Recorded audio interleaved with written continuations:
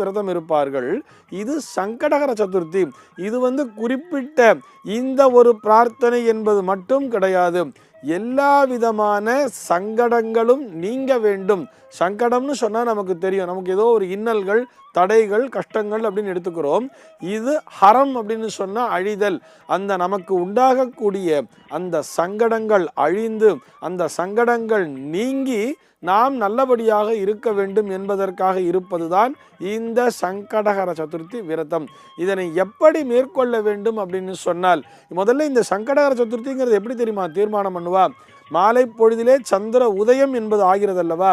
அந்த சந்திர உதய காலத்திலே இந்த தேய்பிறை சதுர்த்தி திதியானது இருக்க வேண்டும். அது என்றைய தினத்திலே இருக்கிறதோ, நிறைய நாள்ல பார்த்தோம்னா தேய்பிறை சதுர்த்திங்கிறது ராத்திரி 8:30 மணிக்கு தான் வர்றது.